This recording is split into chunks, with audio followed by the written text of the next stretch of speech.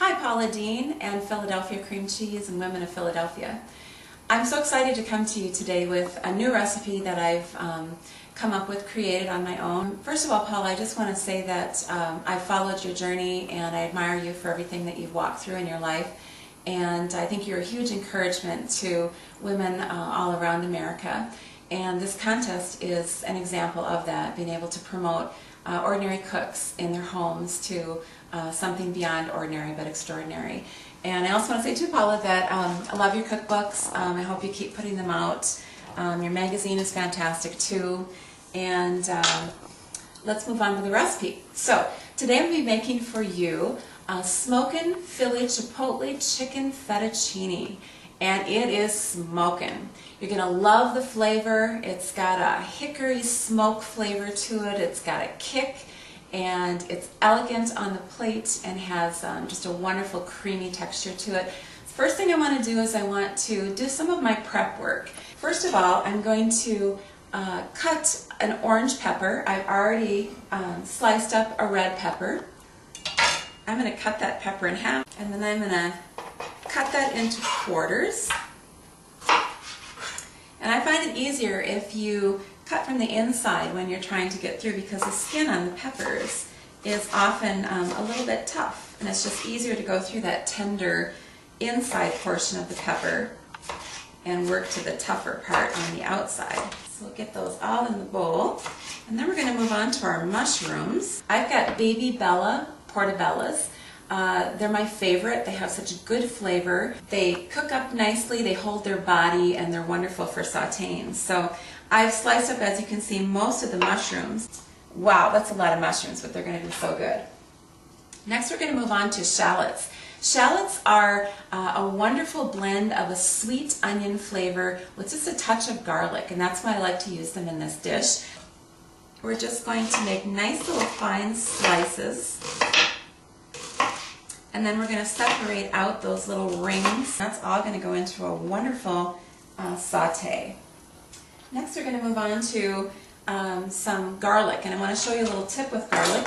If you don't have a garlic peeler, very inexpensive, you can get them in most little kitchen stores. And all you do is insert into this little rubber garlic peeler and just rub it a few times, and voila. I prefer, some people like to mince their garlic with a knife. I prefer my garlic press because I get a nice even texture of garlic, and it's very quick to do also. So we're just going to put these last two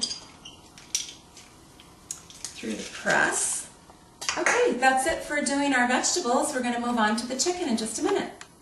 Okay, next we're going to prepare our chicken, which we're going to saute. And I have here 2 pounds of boneless, skinless chicken breast.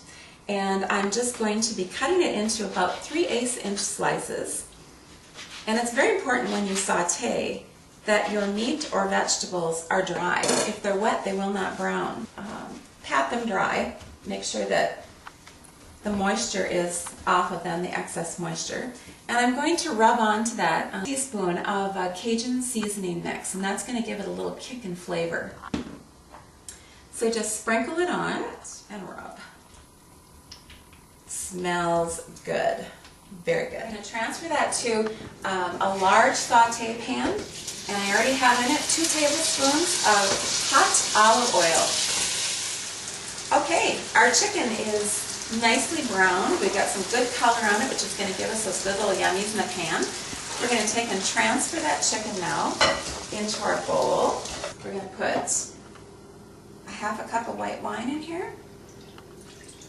And we're going to go ahead and let that come to a boil and kind of get all those yummies off of the bottom and that flavor. And then we'll move on to our ingredients, and I'll tell you what's going to be in our sauce. Let's take a look at what we have to offer for our sauce. We have 7 tablespoons of butter, 9 tablespoons of flour, 3½ cups of chicken broth, 1 1/4 cups of heavy whipping cream. That's going to make it so smooth. We've got, of course, our 8 ounces of Philadelphia cream cheese. We've got 5 yummy cloves of garlic. And we've got some seasonings here. We've got a 1/4 teaspoon of a new spice that's called a smokehouse ground black pepper. That's going to add to that smoky flavor that we're trying to achieve. I've also got a half a teaspoon of smoked paprika, again adding that nice smoky flavor to it and also giving it some nice color. And then I also am going to put in another 3/4 teaspoon of that good Cajun seasoning to give it a little kick. Chipotle peppers in adobe sauce, and comes in a big can, but they last a long time in the refrigerator. About 2 of the peppers makes about the amount that you need, and I dice that up good. And then I also add 1 tablespoon of the adobe sauce to it just to give it, again, that color and added kick. 3/4 cup of Parmesan cheese, a half a cup of sun-dried tomatoes. I like the julienne cut. You can also use the oil-based ones. And then 1 cup of basil, sweet basil that's been sliced. Okay, we're back with our sauce, and the wine reduced very nicely, and I've added our butter to the pan. We want to get our butter bubbling and get a nice little bit of a brown color to it. Adds extra flavor. And to that, we're going to add our flour, which is going to be our thickening agent. And we're actually going to form a paste. We're going to add gradually some of our chicken broth and let that start cooking up. And I'm going to go ahead at this time and add in my whipping cream. That's going to make it nice and rich and smooth. And we're going to let this cook up just a little bit, and when it's thickened up, we'll come back. We're back to our sauce, and it's thickened up very nicely. We're going to go ahead and add the rest of our ingredients to it, and then we're going to take it down to a simmer. We're adding that yummy, rich cream cheese. That's going to melt right in and give a wonderful, smooth texture. Those spices, it's going to add some color and flavor. Definitely garlic, have to have garlic. Those adobe peppers, woo, baby, that's going to give some smoke and heat.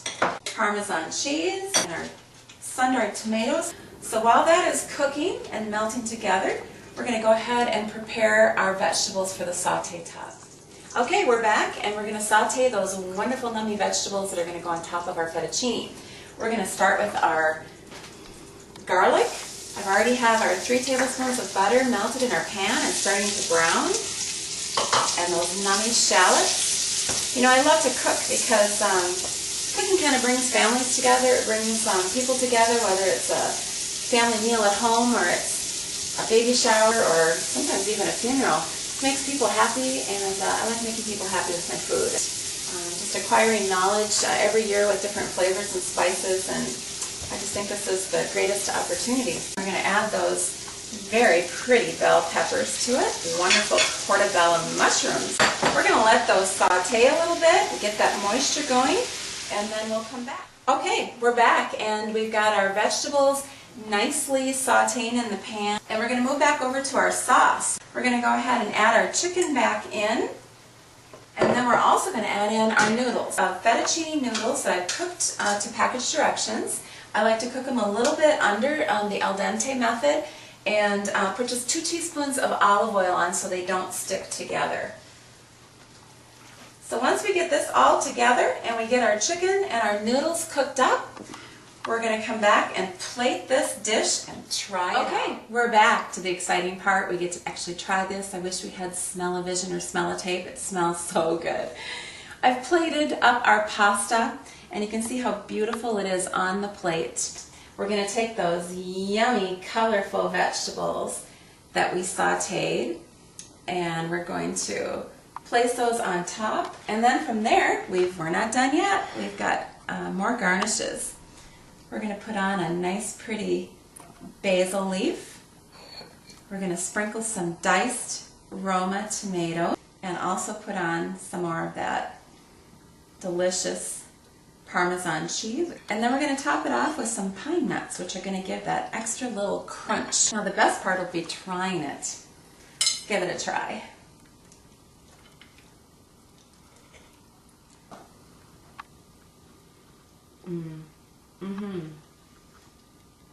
Wonderful. Consistent every time.